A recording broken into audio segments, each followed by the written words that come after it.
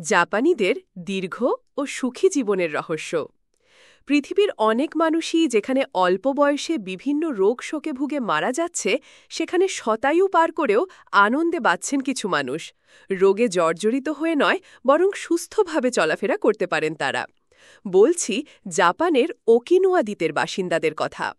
কোন মন্ত্র বলে তারা শুধু সুস্থতা নয়, ছিপছিপে চেহারা, দাগহীন ত্বক, উজ্জ্বল চুল নিয়ে বেঁচে আছেন, তা নিয়ে বিশ্ববাসীর আগ্রহের শেষ নেই।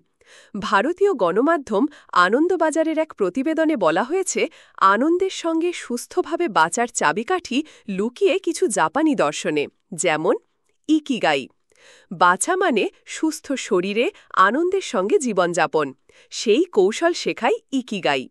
Ikigai the Japanese secret to a joyful life বইটি বিশ্বজুড়ে এতটা আলোচিত যে ৬৩টি ভাষায় তা অনুবাদ হয়েছে। ইকিগাইয়ের ইংরেজি করলে দাঁড়ায় বেঁচে থাকার উদ্দেশ্য সন্ধান। এই জীবন দর্শন জীবনে সেই কাজের দিক নির্দেশ করে যা আনন্দ দেয়, জীবনকে এগিয়ে নিয়ে যেতে সাহায্য করে।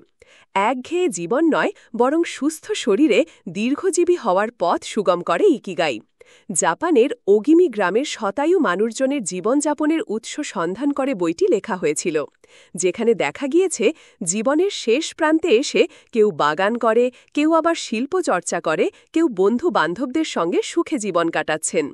বেশিরভাগ বয়স্ক মানুষ তাদের শখ নিয়ে কাজ করছেন এবং সুখে বাঁচছেন। কাইজেন।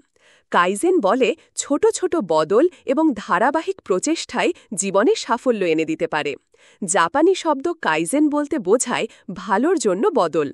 উন্নয়নের জন্য ক্রমাগত চেষ্টাই এই দর্শনের মূলমন্ত্র।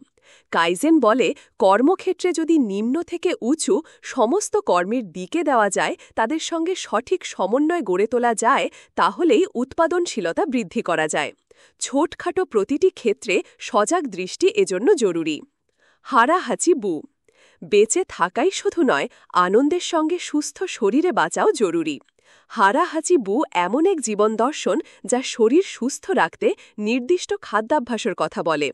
বেশিরভাগ জাপানিরা পেট ৮০% ভরে গেলেই খাওয়া বন্ধ করে দিতে হবে, এই পদ্ধতি মেনে চলেন। অনেকেই মনে করেন জাপানিদের সুস্থ এবং সুন্দর জীবনের রহস্য লুকিয়ে তাদের খাদ্যাভ্যাসে। হজম শক্তি বৃদ্ধিতে এবং ওজন কমাতে সাহায্য করে হারাহাচি বু। পেট খালি থাকলে অনেকেরই আরও কিছু খাবার ইচ্ছা হতে পারে। সে কারণেই বলা হয়েছে, এমন খাদ্যাভ্যাস রপ্ত করতে হলে ধীরে ধীরে খেতে হবে। দীর্ঘ সময় ধরে খেলে মস্তিষ্কে সংকেত পৌঁছবে অনেকটা খাওয়া হচ্ছে, যেটা দ্রুত খেলে কখনোই সম্ভব নয়। গ্রন্থনা অধ্যক্ষ মহসিন আলী আঙুর, সম্পাদক ও প্রকাশক মুজিবনগর খবর.com, মেহেরপুর।